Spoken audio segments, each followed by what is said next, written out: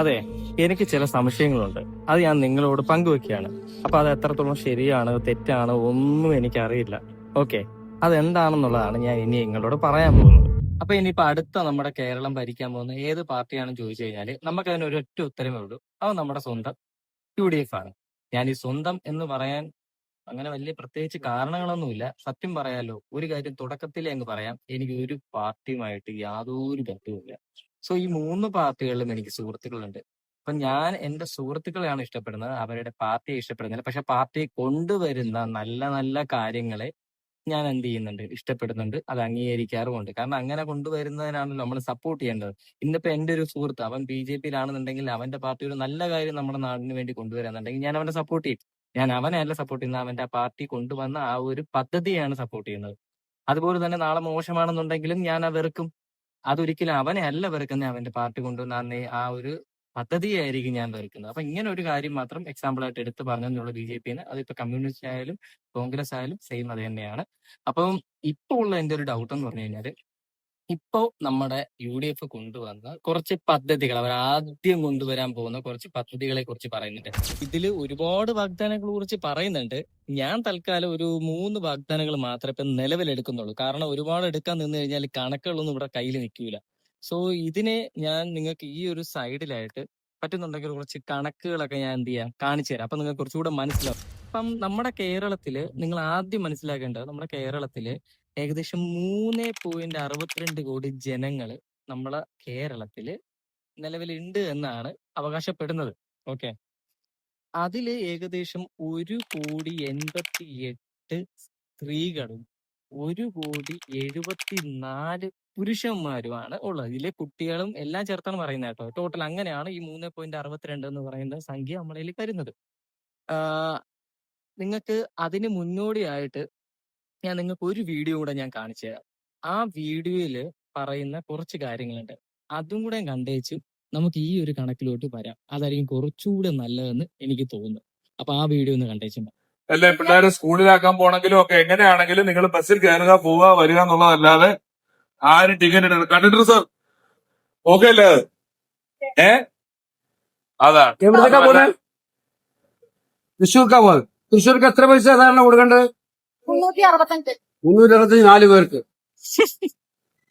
അപ്പൊ നിങ്ങൾ കേട്ടല്ലോ, ഭയങ്കര കോമഡിയാണ്. 300 ഏകദേശം എത്ര വരുന്ന അവര് റേറ്റ്? 365 രൂപ. 365 രൂപയാണ് തൃശ്ശൂരിൽ ആ ഒരു ചെലവിനെ പറ്റി പറയുന്നത്.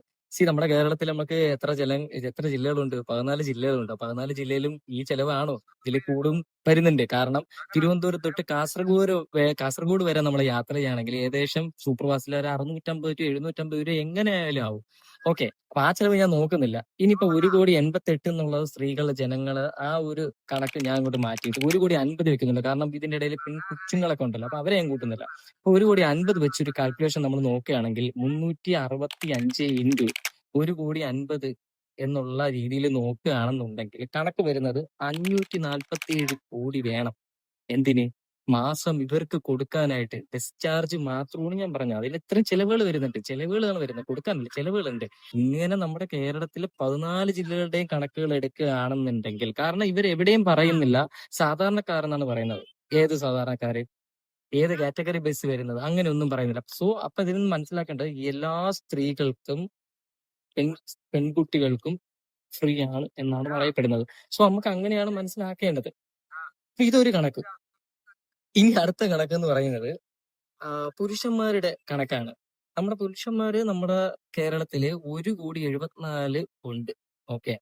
അതില് നമുക്ക് ഈ പറഞ്ഞ കണക്ക് രീതിയിൽ ഞാൻ നോക്കുന്നില്ല. ഒരു 74 അങ്ങ് മാറ്റാം. 74 ലക്ഷം മാറ്റിയിട്ട് 1 കോടി ജനങ്ങളില് 1 കോടി പുരുഷന്മാര് അല്ലെങ്കിൽ 1 കോടി യുവതലമുറകളെ നമുക്ക് എടുക്കാം. ഓക്കെ. അങ്ങനെ വെച്ചിട്ട് അവർക്ക് 5 ലക്ഷം രൂപ വെച്ചുള്ള ഒരു സംരംഭം തുടങ്ങാനായിട്ട് ഒരു 5 ലക്ഷം രൂപ വെച്ച് കൊടുക്കുകയാണെന്നുണ്ടെങ്കിൽ അതിന്റെ കണക്ക് വരുന്നതെന്ന് പറഞ്ഞു കഴിഞ്ഞാൽ 5 ലക്ഷം കോടിയാണ് ചെലവ് വരുന്നത്.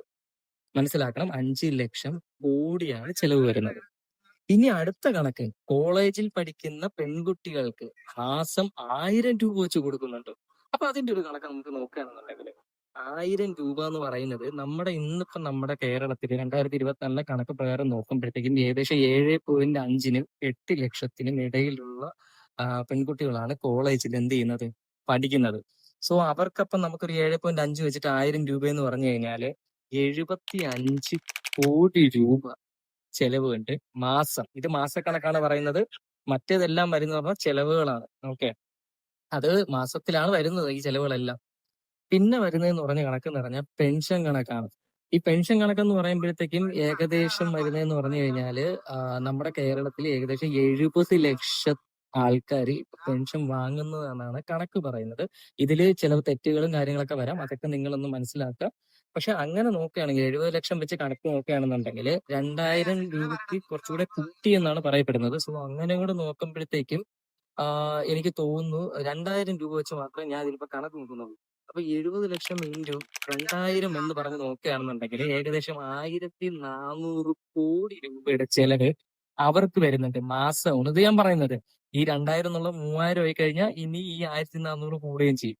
ഓക്കെ, അപ്പൊ ടോട്ടൽ നമ്മൾ ഇതെല്ലാം കൂടെ കാൽക്കുലേറ്റ് ചെയ്യുകയാണെന്നുണ്ടെങ്കിൽ എത്രയൊക്കെയാണ് ഈ പറയുന്ന 1170 കോടിയും 5 ലക്ഷം കോടിയും 75 കോടിയും 1400 കോടിയും കൂടെ കൂട്ടുമ്പോൾ വരുന്ന തുക എന്ന് പറയുന്നത് ഏകദേശം 5,02,645 കോടി രൂപ നമുക്ക് വേണം. ഞാൻ പറഞ്ഞ ഈ കണക്കിൽ വരുമ്പോഴത്തേക്ക് ചിലപ്പോ 5,02,000 കൂട്ട്. ഇത് മാസം ചെലവാകുന്ന ഒരു മിനിമം ചാർജിനെ പറ്റിയാണ് ഞാൻ പറയുന്നത്. ഈ 5 എന്നുള്ളത് ചിലപ്പോൾ അത് 10 ആകും. അപ്പം എന്റെ ഡൗട്ട്, ഇതിനുള്ള വരുമാനം നമ്മുടെ നാട്ടിൽ ഉണ്ടോ ഇല്ലയോ? അതാണ് എന്റെ ഇപ്പോഴത്തെ ഡൗട്ട് എന്ന് പറയുന്നത്.